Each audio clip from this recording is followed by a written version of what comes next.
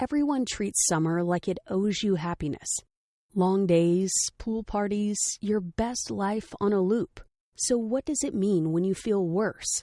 The summer blues are real. It's why summer is one of the busiest stretches of the year for people starting therapy. Therapy is not only for when you're in crisis. Grow therapy is for all the moments when you decide you want more. More support, more clarity, more tools. Mental health isn't a destination you reach. It's something you build, and Grow makes that easier. Grow connects you with thousands of high-quality licensed therapists across the U.S., offering both virtual and in-person sessions, nights and weekends. You can search by what matters, like insurance, specialty, identity, or availability, and get started in as little as 2 days. There are no subscriptions, no long-term commitments. You just pay per session. Grow helps you find therapy on your time. The therapist you want takes your insurance on Grow. Grow accepts over 125 insurance plans. Sessions average $21 with insurance, and some pay as little as $0 depending on their plan. Visit growtherapy.com/book now today to get started. That's growtherapy.com/book now. growtherapy.com/book now. Availability and coverage vary by state and insurance plan. Radio Metropolis. Welcome to the Dragnet Radio Podcast here on Radio Metropolis. Tonight, the wife of a college professor has been kidnapped from her home. They are demanding a $10,000 cash ransom. This is The Big String from January 18th, 1953, here on the Dragnet Radio Podcast on Radio Metropolis. Sound off for Chesterfield. Chesterfield, the only cigarette in America to give you premium quality in both regular and king size, brings you Dragnet.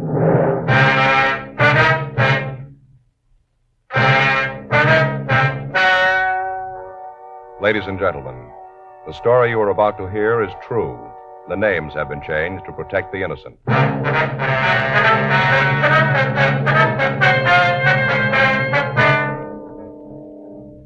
You're a detective sergeant. You're assigned to homicide detail. A man walks into your office and tells you he returned to his home to find that his wife was gone. She left no indication where she was going. Foul play is suspected. Your job, find her.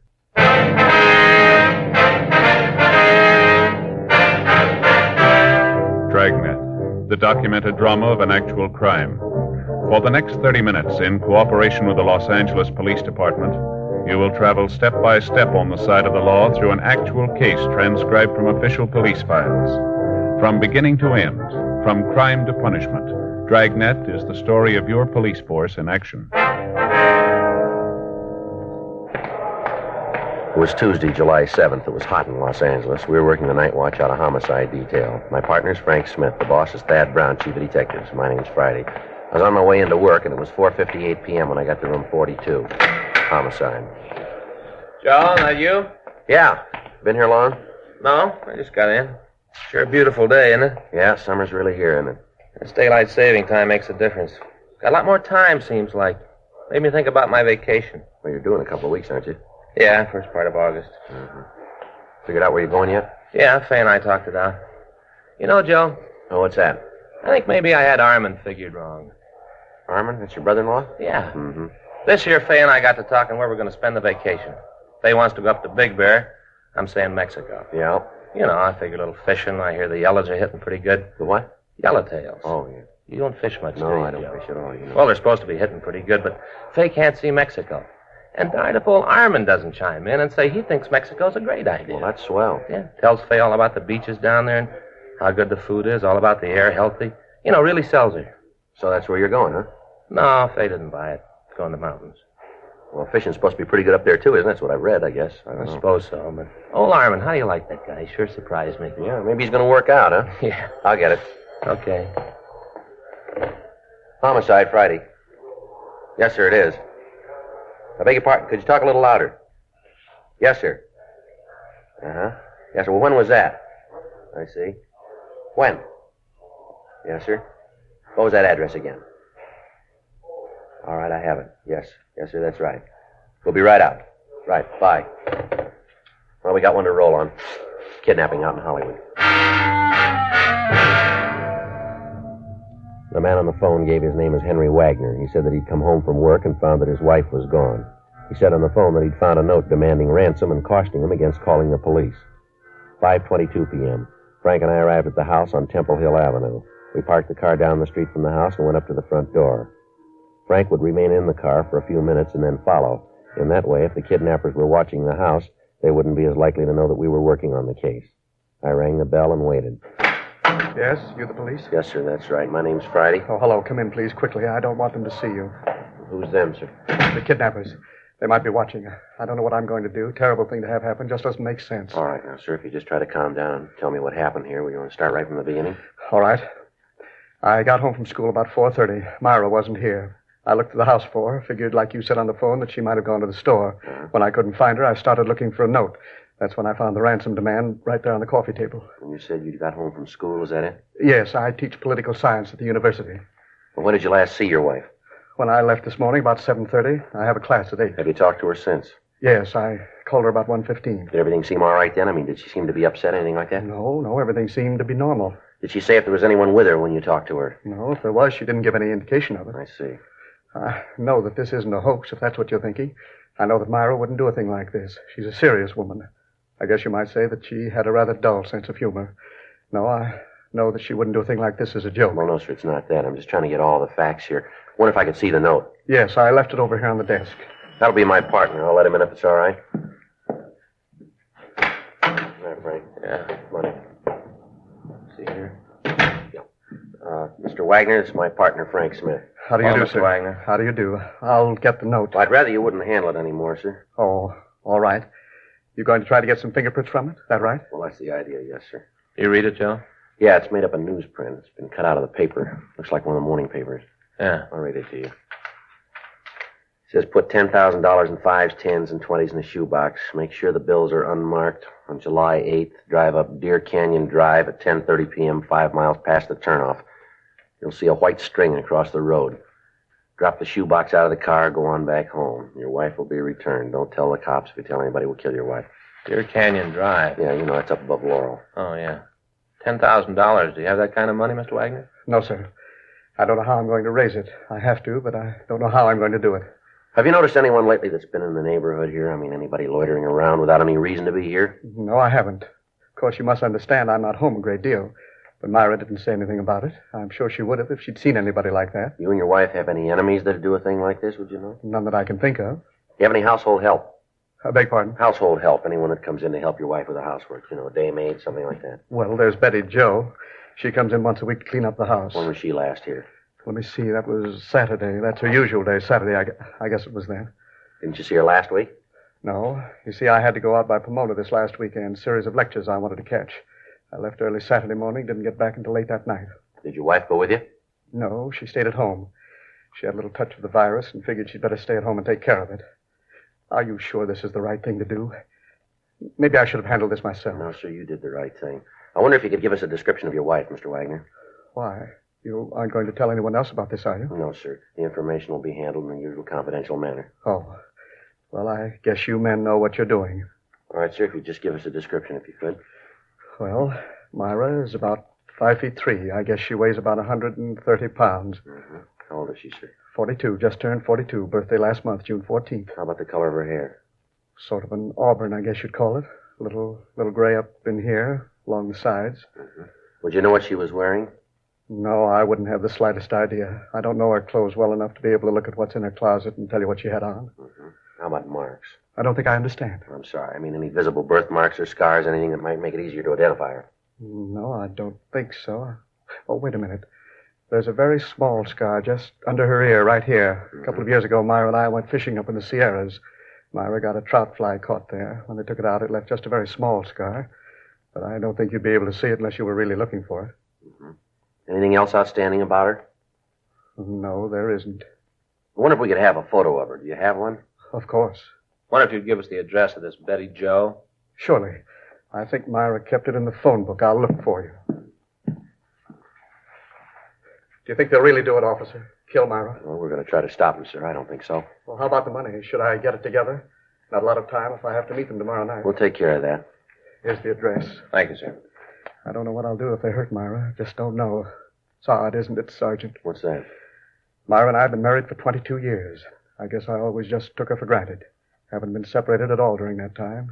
Just took her for granted. Yes, sir. I guess you have to lose something before you know what it's worth.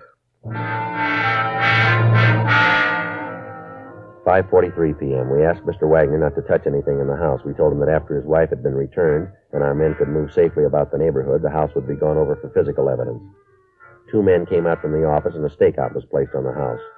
The note was taken downtown and photographed. Dean Bergman lifted several clean prints from it. However, comparison with those taken from Mr. Wagner eliminated them. The maid, Betty Jo, was contacted, but she could tell us nothing. In the meantime, Sergeant J. Allen at the crime lab prepared a shoebox as directed by the abductors. Dummy packages of money were placed in the box, and the container was wiped clean of all fingerprints. The area where the meet was to take place was staked out. The following morning, Wednesday, July 8th, Henry Wagner went to teach his classes at the university as usual. Late in the afternoon, he returned home, and at 9:45 p.m., he got into his car and left the house. I'd gotten into the back seat of the car earlier, and I kept out of sight. In an undercover unit behind us, Frank, Lieutenant Gorham, and Gil Encinas kept us under observation in the event that we missed contact with the kidnappers. 10:26 p.m. We turned off Benedict Canyon onto Deer Canyon Drive. I hope I'm doing the right thing. I can't help thinking of what they might do to Myra. Well, try to take it easy, Mr. Wagner. We know how you feel. Everything that can be done has been taken care of here. That's what you've been telling me for the past hour. Doesn't make me feel any better about what's happening. Can you still see that car behind us? No. I think they dropped back when we turned off Benedict. Uh-huh. How's it look up ahead? Can't see much. Dark. How far off the canyon have we come? About 4.5 miles. You got your box right there ready to throw it out? Yes, sir. Right here on the seat. All right, now remember, when you toss it out, try to lift it by the strings. Right, I'll remember. I just hope we're doing the right thing. I'll never forgive myself if anything happens to Myra. $10,000 just isn't worth it. Wait a minute. Mm-hmm. There it is. String across the road. See anybody around it? No, it's so dark. I can't see anything but what's in front of the car. How close are we to the place here? About 50 or 60 feet. All right, now take it slow. Don't give any indication that you aren't doing exactly what they told you to. And remember, don't handle that box. Hold it with a string. All right. We're here. I'm throwing the box out. All right, now close your door. What now? Go up the road a little, and then turn around and drive back. Act like everything is just the way they told you to handle it. All right. Take it easy now. We can turn around here. All right. You see anyone move for the money? No, not yet. Maybe when I get turned around. Just a second. There's a driveway here. Oh, it's pretty dark back there. All right, can you see anything at all? Nothing there. I don't see anyone. All right, now just keep driving. If there's anybody to pick up the money, it'll look better if you don't cause any trouble. I don't know about all of this, Sergeant. Somehow I still can't get the idea out of my mind that we've done the wrong thing. That they know all about it, that they're going to kill Myra. Now, there's no reason that they should know that there's anything wrong, Mr. Wagner. From what they can see, you're doing just what they told you. They got nothing to tell them any different here. But what if they found out? What if they know that you're working on the case? What if they know about it? They might kill Myra. I'd never forgive myself. I never should have told you about it. I should have taken care of it myself. They'll kill her. I know they will. They'll kill her because you're working on it. The way it is now, she hasn't got a chance. No, you're wrong there, Wagner. The odds are on her side now. 10:45 p.m. Henry Wagner and I left the meeting place. About a mile down Deer Canyon Drive, Wagner dropped me off, and then he started down Benedict Canyon Drive and continued on home. I met with Frank, Lieutenant Gorham, and Sergeant Gil Encinas, and we started back on foot. We cut off the road and waited on the hill overlooking the meeting place. Frank told me that they'd seen no activity on the road while Wagner and I were making the meet. We moved in closer. 11:30 p.m. No sign of the kidnappers. The moon came up, and we could see the white string across the road. In a patch of manzanita, we could see the shoebox containing the dummy packages of money. We waited. Midnight. 1:30 a.m. Still no sign of the kidnappers. 2:30. 4. At 4:45 a.m., the sun came up, and Frank and I left the area. Lieutenant Gorham and Sergeant Gil Encinas continued to stake the meeting place. If the kidnappers had been in the vicinity, we'd missed them. Our only course now was to wait for them to contact Henry Wagner again. 8:15 a.m. Frank and I checked out and went on home to take a shower and get something to eat. At 11:12 a.m. Thursday morning, we checked back into the office. Rough night, huh? Yeah, there's nothing to show for it. Anything from Gorman and Cenas? No, I don't see anything. There's one thing I found out. What's that? I need a heavier coat for nights. Yeah? So an ad in the magazine. Advertise those English duffel coats. Look real good. What? Duffel coats. Wore 'em in the North Atlantic during the war. You know, Joe, they're real heavy. Got a hood that comes up. Should be real warm. A hood? Yeah, you know, like a monk wears. When you aren't wearing it, look just like a collar. And when it gets cold, you raise up the little gimmick, and there you are, warm as anything. You know, Frank, somehow I just can't see you in there. Yeah? Well, I noticed you weren't any too warm last night. Next time we do duty like that, I'm going to be ready for it. Yeah. Just like a monk. I'll get it. Homicide Friday. Yes. Oh, yes, mister. When was that? Uh-huh. Yes, sir, right away. Well, that's it. Huh? The Wagner woman, she's home.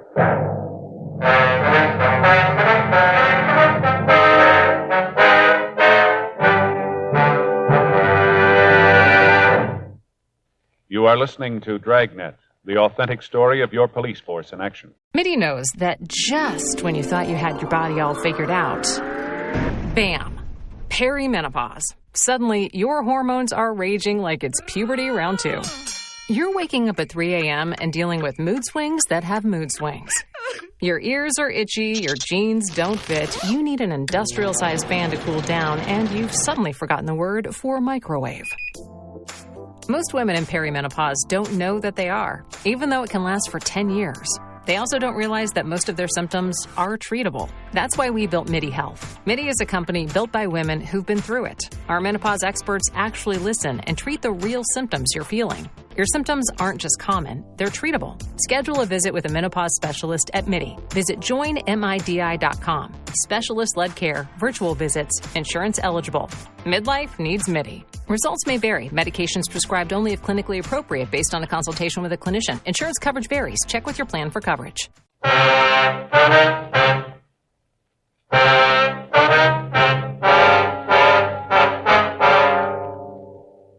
11:30 a.m. Frank and I drove out to the Wagner home. The officers on stakeout told us that Mrs. Wagner had walked into the house at about 11 o'clock that morning. As soon as she'd gotten inside the house, she collapsed. The family doctor had been called, and she was treated for shock. Other than some scratches on her arms and around her face, she was unharmed. The officers told us that they'd been unable to interrogate her so far. We talked to the doctor, and he told us that we could talk to her until the sedative took effect. Honey, these are policemen. They want to ask you a few questions. What? Police officers, honey. There's Mr. Friday and there's Mr. Smith. Oh, yes. They want to ask you some questions, dear, about the people who took you. Oh, all right. It won't take very long, Miss Wagner. That's all right. I want to help you get them. All right, now if you just tell us how it happened. How it happened? Yes, ma'am. Sergeant, you have to do this now. Maybe later when she's rested. Oh, I'm sorry, Mr. Wagner. We haven't got much choice here. We'd like to get to the people who did this. If we wait until later, we might not be able to get them. Yes, I didn't think of that. Well, if the doctor says it's all right, go ahead. Miss Wagner, Yes? do you know the people who did it? The people who took you? No. You never seen them before? No, never. All right, now, could you just tell us what happened? I guess so. They came to the door about 2:30. Who were they, ma'am? Well, I just saw a man. Later, when we got into the car, there was a woman, too. All right, go ahead. They told me that Henry'd been in an accident, that he'd been hurt, that he was at the hospital. Said they wanted to take me to him. Yes, ma'am. I didn't know any different. I went with them. I thought that Henry was hurt. I didn't know any different. You have to do this, officers. She's home, safe. That's all I care about. That's all that's important. Why don't you let her get some rest? Then you can talk to her. Talk as much as you want to. But please, you can see what this is doing to her. Yes, sir. Now, look, this isn't an easier on us. We've got a job to do here, like we had when she was gone. We know how you feel, but we'd like to get to those people. It's all right, Henry. I'm all right, dear. Where'd they take you, ma'am? First, I think they were going to take me to a house near here. I didn't notice the street, but it was near here. I'm sure of that. Then when we got near there, I knew that something was wrong, that they weren't going to take me to Henry like they said. I knew it then. Mm-hmm. Go ahead. I told them to let me out of the car, said that they'd better let me go. Mm-hmm. The woman, she was in the back seat with me, said for me to keep my mouth closed. I tried to get out the door, and she hit me. Then the two of them got into an argument. The man started to yell at the woman that it wasn't any good, that they'd better forget the whole thing. And the woman said that they'd gone too far for that now, that they had to go through with it. Uh-huh. Well, then they put a blindfold on me, tied my hands and blindfolded me, and then they started to drive. Well, at any time, did either of them use a name, in talking to each other? No, I don't think so. At least if they did, I don't remember it. Mm-hmm. Go ahead, Miss Wagner. Well, then they started to drive. I couldn't see where they were going, but I know that they headed out the Arroyo Seco toward Pasadena. I could tell from the way we went. Then I heard the woman talk about the turnoff to get on the Seco. Right then, the man told her to shut up. Yes, ma'am. We drove for quite a while and then stopped. They made me get out and took me into a house. Did you have any idea where you were at the time, ma'am? No, I didn't. Mm-hmm. Go ahead, ma'am. Well, they took me into the house and put me in a room. Tied me up. I couldn't move, couldn't do anything. They locked the door, and I could hear them arguing in the next room. The man was really telling the woman off. Said that she was a fool, that she'd really botched the whole thing up. I see. That night, they brought in a plate of food. Told me it was time to eat. All there was were some prunes. That's what they fed me all the time I was there, prunes. Never did take the blindfold off. Was there anything at all that would let you know where you were? Oh, a couple of things. They're probably kind of silly, but maybe you can make something out of them. What's that, ma'am? Well, there was a clock that was in the room where they had me, one of those chime clocks, tolled every 15 minutes, like Westminster chimes. Yes, ma'am. I don't think it was a very big clock. Chimes sounded small. Mm-hmm. Then there were the trains. Trains? Yes, every once in a while I'd hear trains going past. Sounded like they were near, maybe a couple blocks away, not much more than that. But do you think that you could give us a description of the man and woman, Miss Wagner? Yes, I think so. First, I was so upset with thinking that Henry was hurt that I didn't notice, but I think I can describe them for you. All right, ma'am, that'd be fine. There's one thing, though. What's that? I'd be positive if I saw them. 12 noon. We continued to talk to the Wagner woman. She gave us a description of the man and woman who had kidnapped her and a description of the car they'd used. We called the information into the office, and a local and an APB were gotten out. We ran the descriptions through R&I, but we got no make. 2:45 p.m. As one of the possibilities for identifying the locality described by Mrs. Wagner, Frank and I left the house and drove to the office of one of the milk companies in the city. We talked to the driver that handled the area in which Mrs. Wagner said the kidnappers were going to stop. He couldn't identify the man and the woman from the description.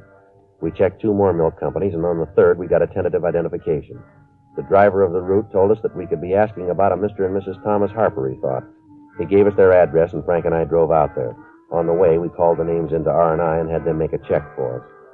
They said they had a record on a Thomas Harper who answered the description. He'd served time in San Quentin and in Folsom penitentiaries. He'd been sentenced both times for armed robbery and ADW. There was no record on Mrs. Harper and no wants at the present time for her husband. 5:57 p.m. Well, we better try it again, huh? All right. Probably aren't in. Mm-hmm. There's a car parked down the street here. It could be theirs. Checks on that description we got from the Wagner woman. Wait a minute. I think somebody's coming. Yeah, what do you want? You Thomas Harper? Yeah, that's right. Police officers would like to talk to you. What about? Just like to talk to you. All right, come on in. Who is it, Tom? Cops. What do they want? Say they want to talk. I don't know what about. Just a routine investigation. Who are you trying to kid? What do you mean by that, Harper? Somebody's done something, you need a pigeon. I got a record, so I'm right for you guys to lean What's on. the matter? You got something to worry about? Not a thing in the world, but I know you guys, you're going to try. What do you want, anyway? You people tell us your activities for the past 4 days? What for? Just tell us, will you? Yeah, tell us. You got an angle where you wouldn't be here. You're trying to pin something on us, and you know it. You want to tell us what you've been doing? We haven't left the house at all. Can you prove that? Prove it to who? You? You got no right to come in here and ask a lot of questions. She's right. You haven't got any right to do that. Now, either you pull us in or you get out of here. All right, Harper. We're getting ready to leave anyway. We'll see you later. Yeah, let's go, Frank. Right.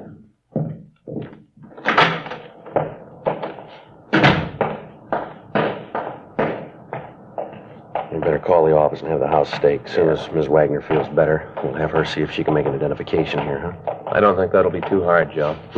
Found this bill from the gas company on the table in there. Yeah? House in Pasadena.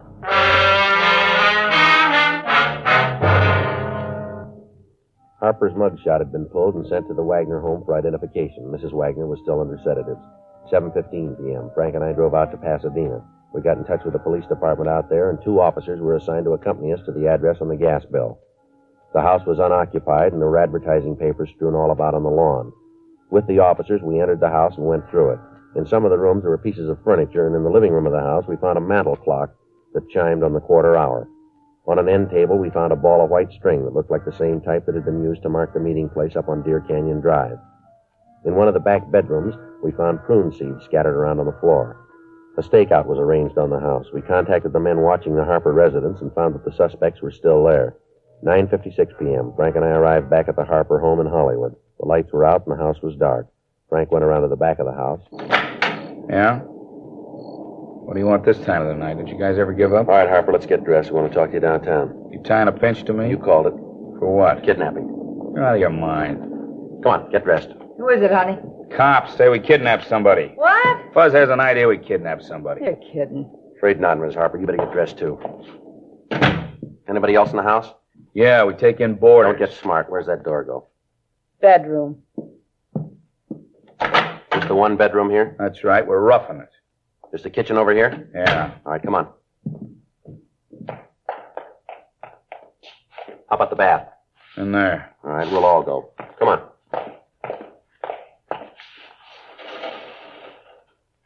All right. Let's go back to the kitchen.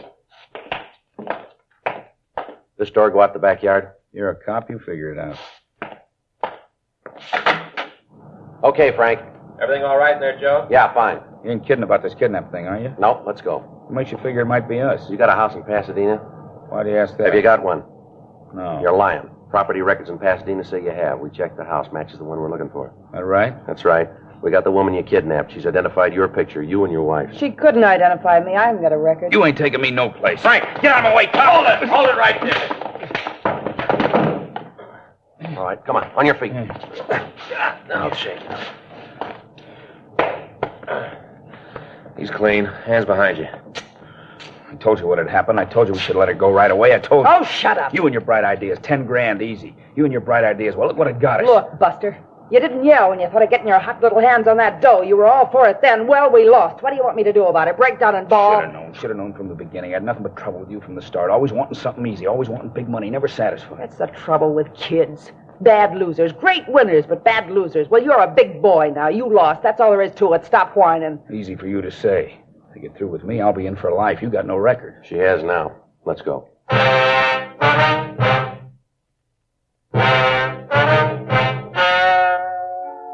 The story you have just heard was true. The names were changed to protect the innocent. On November 10th, trial was held in Department 98, Superior Court of the State of California, in and for the County of Los Angeles. In a moment, the results of that trial.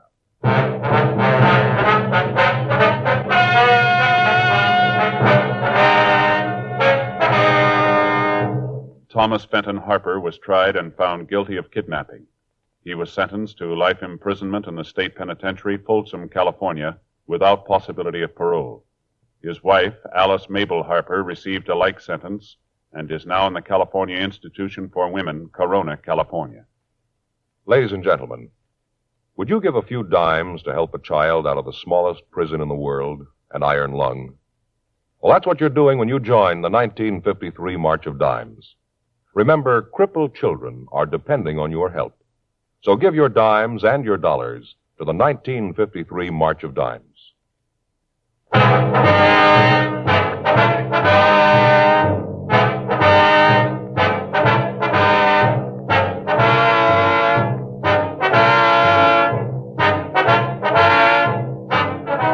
You have just heard Dragnet, a series of authentic cases from official files. Technical advice comes from the Office of Chief of Police W.H. Parker, Los Angeles Police Department. Technical advisors, Captain Jack Donahoe, Sergeant Marty Wynn, Sergeant Vance Frazier. Heard tonight were Ben Alexander, Virginia Gregg, Jonathan Hull. Script by John Robinson. Music by Walter Schumann. Hal Gibney speaking. Sound off for Chesterfield. Either way you like 'em, regular or king size, you'll find premium quality Chesterfields much milder. Chesterfield has brought you Dragnet, transcribed from Los Angeles.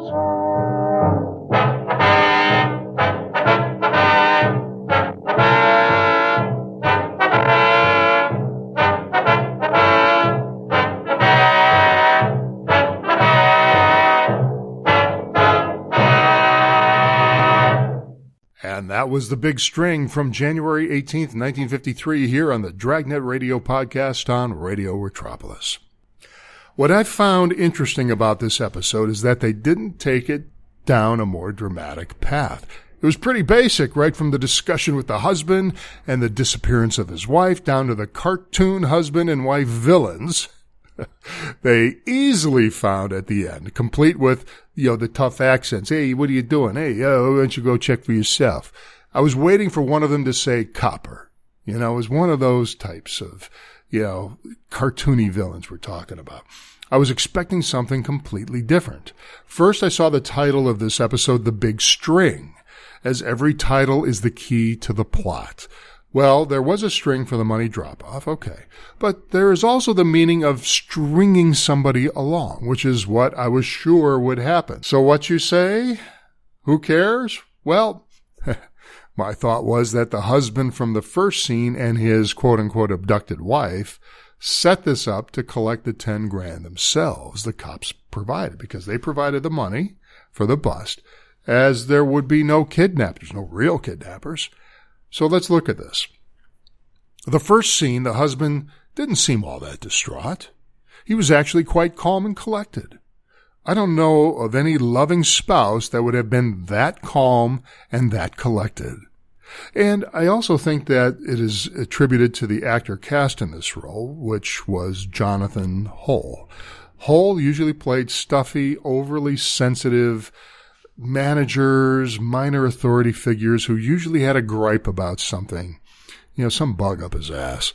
And when you listen to him, you can tell he is not really a caring personality. I'm talking about the actor. He doesn't play caring personalities that can pull off the distraught husband, since Jack wrote it that way. John Robinson wrote it that way. If they wrote it my way, then Jonathan Hull in the part works really well, whereas they set this whole thing up themselves. The other part that threw me off is the wife. And although she's sedated, she didn't seem all that shaken about being blindfolded and kidnapped, in which she could have easily been killed. She also stated that her abductors referenced her husband, I should say, by name. Yet the script never expounds upon that revelation, unless I missed it, and I don't think I did.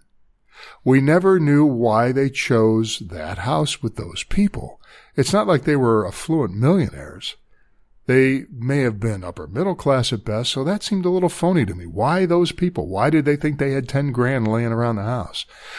The wife, victim, also didn't seem to know much about anything, which to me sounded like she was purposely giving as little information as possible to the police. And finally, the husband kept insisting Friday to stop with the interrogation. Friday mentioned if they didn't question his wife, the kidnappers would get away, which I thought was the point the husband was going for. But I was wrong. It was a slow bowling ball straight down the alley with kitty bumpers put up just to make sure it stayed on the straight and narrow path. Dragnet's constant simplicity quite often fools me the most, I have to tell you. But I do believe my idea, my take, would have made for a more dramatic story. This was far from that. Of course, it wouldn't have been Dragnet, perhaps. I don't know. Virginia Gregg played Mrs. Wagner, the abductee. I believe she also portrayed the abductor, Mrs. Harper, because that's why Webb hired Gregg. She was so versatile of a voice actress that she could literally disappear in a role, and Webb figured he could hire her for one show and have her play two characters. It was a lot easier than having to cast two actresses. A lot of radio shows did that at the time. That's why they always had a small company of actors that they worked with that they could count on to give great, diverse performances, sometimes in the same episode. Speaking of Jonathan Hull, he appeared in hundreds of dramas and comedies throughout the 50s, all the way into the 90s, having lived to be 93 years old when he passed in 1998. Along with Jonathan Hull and Virginia Gregg, of course, Jack Webb, Ben Alexander, George Fenneman was our announcer and Hal Gibney our host. And that was The Big String from January 18th, 1953, here on the Dragnet Radio Podcast on Radio Retropolis. This is Radio Retropolis.